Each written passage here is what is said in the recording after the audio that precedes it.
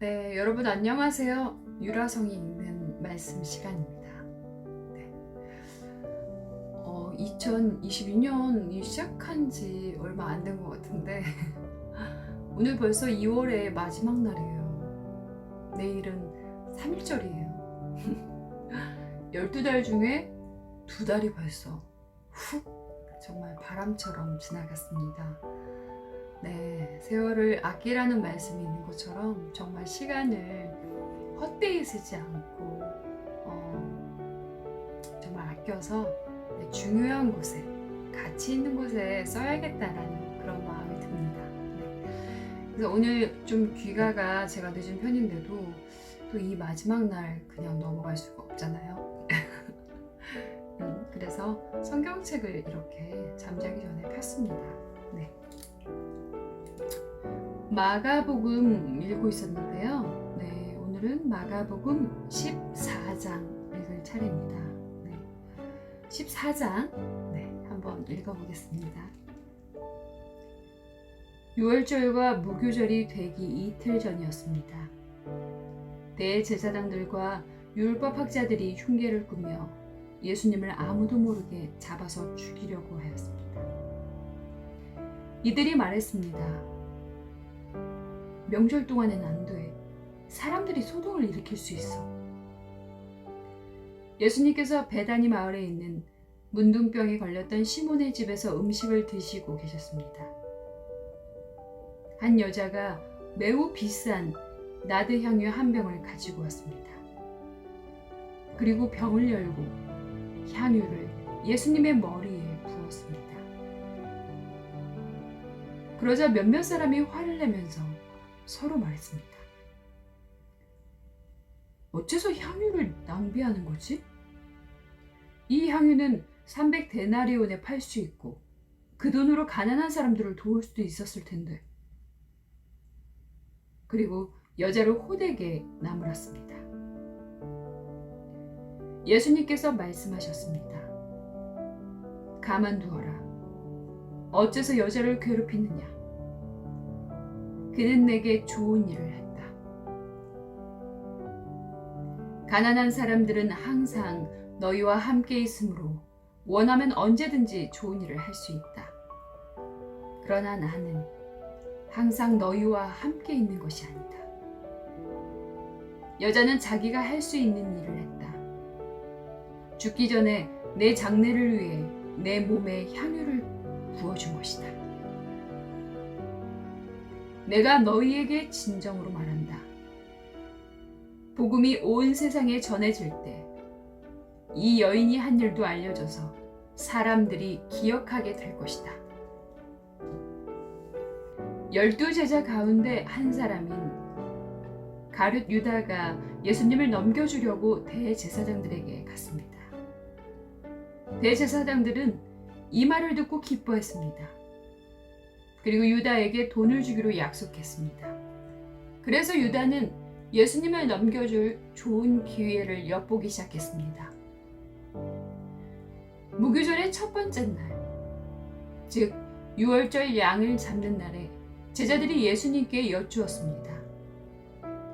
유월절 음식을 어디에 가서 준비할까요? 예수님께서 제자들 가운데서 2명을 보내시면서 말씀하셨습니다. 성으로 들어가거라. 물병을 든 사람을 만나면 그를 따라가거라. 그가 들어가는 집의 주인에게 선생님께서 제자들과 함께 유월절 음식을 먹을 수 있는 방이 어디냐고 물으십니다. 라고 하여라. 그러면 집주인이 너희에게 준비된 커다란 다락방을 보여줄 것이다. 그곳에서 음식을 준비하여라. 제자들이 떠나서 성으로 들어갔습니다. 예수님께서 말씀하신 그대로였습니다. 그래서 유월절을 준비했습니다. 저녁이 되자 예수님께서 12제자들과 함께 그 집으로 가셨습니다. 식사를 하는 동안 예수님께서 말씀하셨습니다. 내가 너희에게 진정으로 말한다. 나와 함께 음식을 먹고 있는 너희 가운데 한 사람이 나를 배반할 것이다.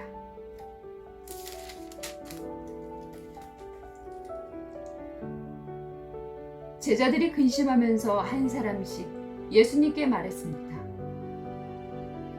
설마 제가 그 사람입니까? 예수님께서 대답하셨습니다.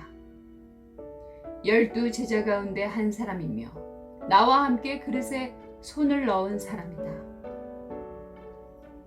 인자는 성경에 기록된 대로 죽지만 인자를 넘겨주는 사람에게는 화가 있다.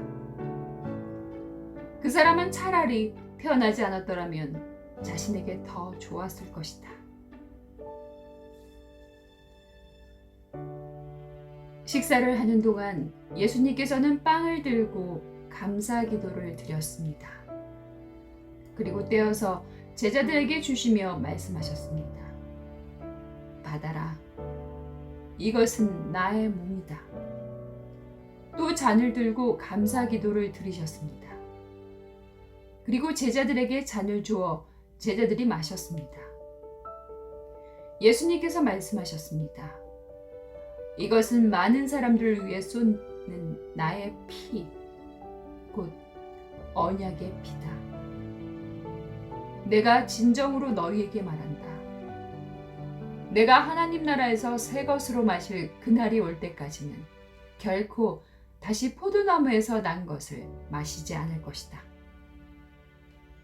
예수님과 제자들은 찬송을 부른 뒤 올리브산으로 올라갔습니다. 예수님께서 제자들에게 말씀하셨습니다. 너희는 모두 나를 버릴 것이다.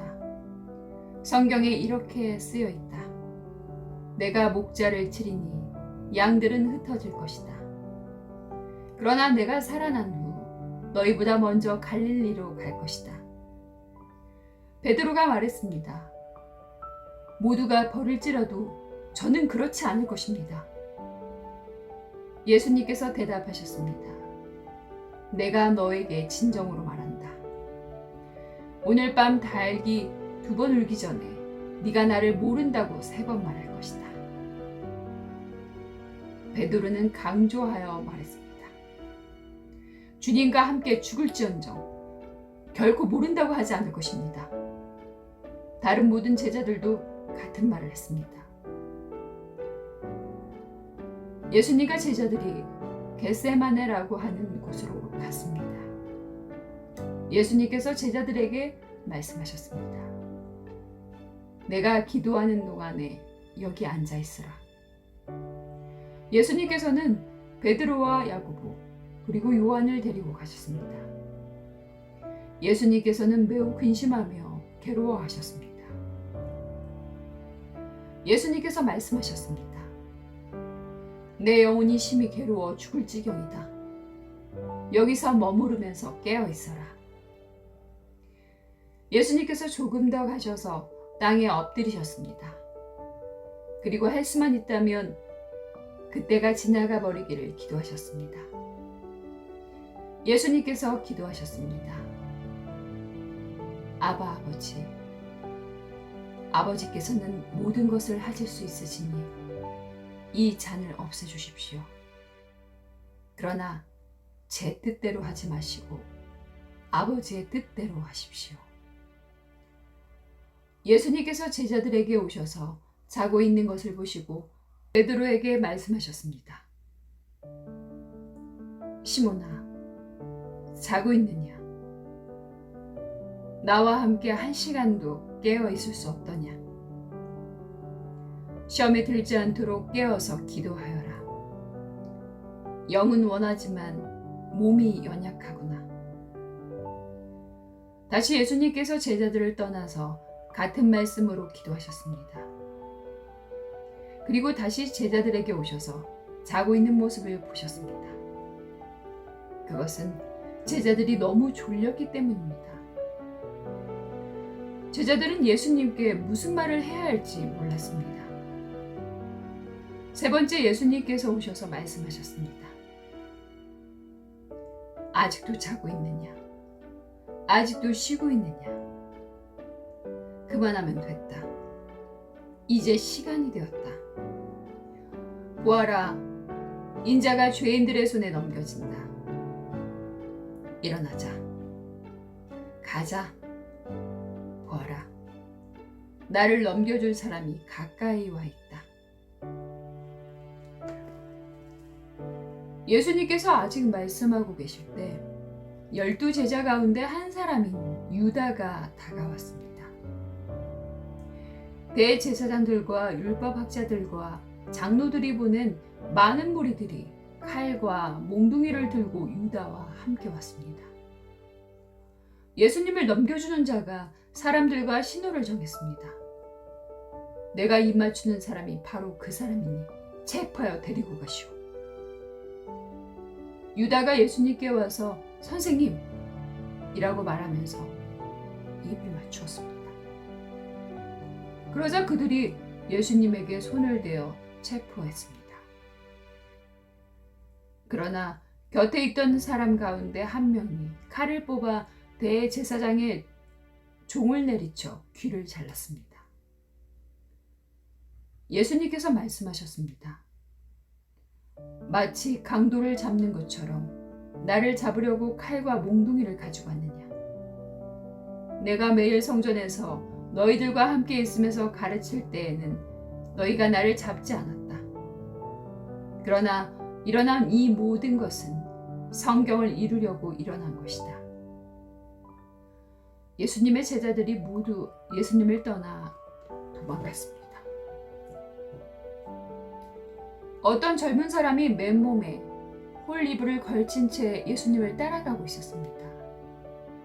사람들이 그를 잡았습니다. 그러자 홀이불을 벗어던진 채 벌거벗고 도망쳤습니다. 사람들은 예수님을 대제사장에게로 데리고 갔습니다.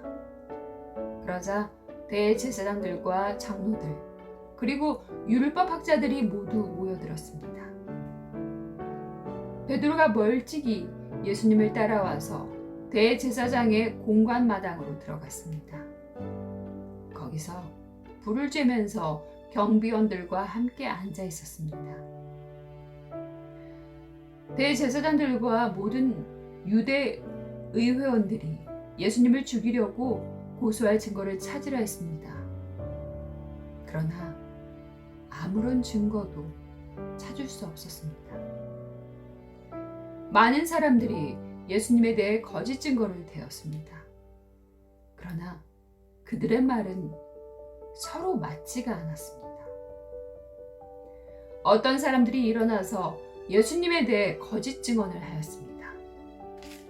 우리는 이 사람이 내가 손으로 지은 성전을 헐고 3일 만에 손으로 짓지 않은 다른 성전을 세우겠다고 하는 것을 들었습니다.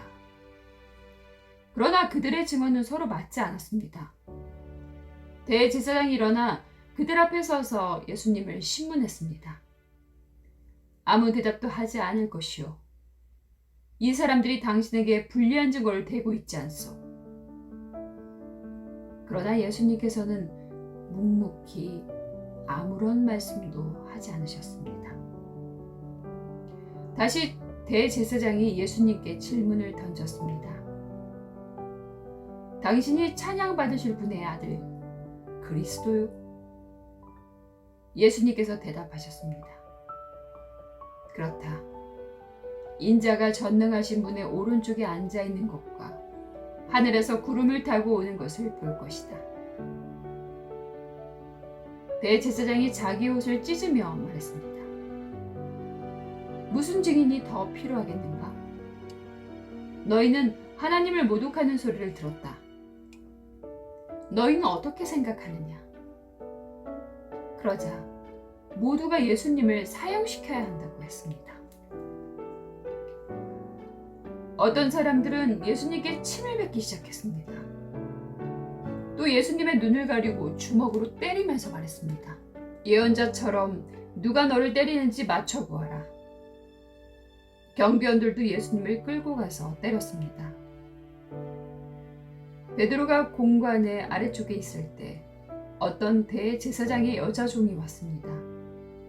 베드로가 불을 쬐고 있는 것을 보고 노려보며 말했습니다. 당신도 나사렛 예수와 함께 있었죠? 베드로는 부인하며 말했습니다. 네가 무엇을 두고 말하는지 모르겠다. 그리고 베드로는 입구 쪽으로 옮겨갔습니다. 그때 닭이 울었습니다. 또 여자 종이 베드로를 보고 다시 한번 거기 있던 사람들에게 말했습니다. 이 사람도 예수와 한패예요. 다시 베드로가 부인했습니다. 잠시 후에 거기 있던 사람들이 베드로에게 말했습니다. 확실히 당신은 예수와 한패요. 당신은 갈릴리 사람이니까. 베드로는 저주하며 맹세하였습니다. 당신들이 말하는 사람이 누구인지 나는 모르. 그러자 닭이 두 번째 울었습니다. 베드로는 예수님께서 자기에게 닭이 두 번 울기 전에 네가 나를 세 번이나 모른다고 할 것이다 라고 한 말씀이 기억났습니다. 그래서 엎드려서 울었습니다.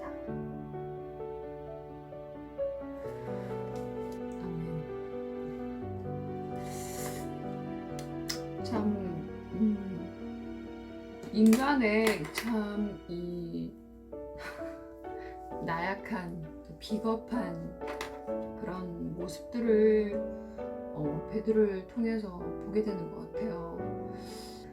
인간은 굉장히 연약하고 또 자기 계산과 당장의 이익을 추구하는 경향이 많잖아요. 저도 뭐 순간순간 그렇고.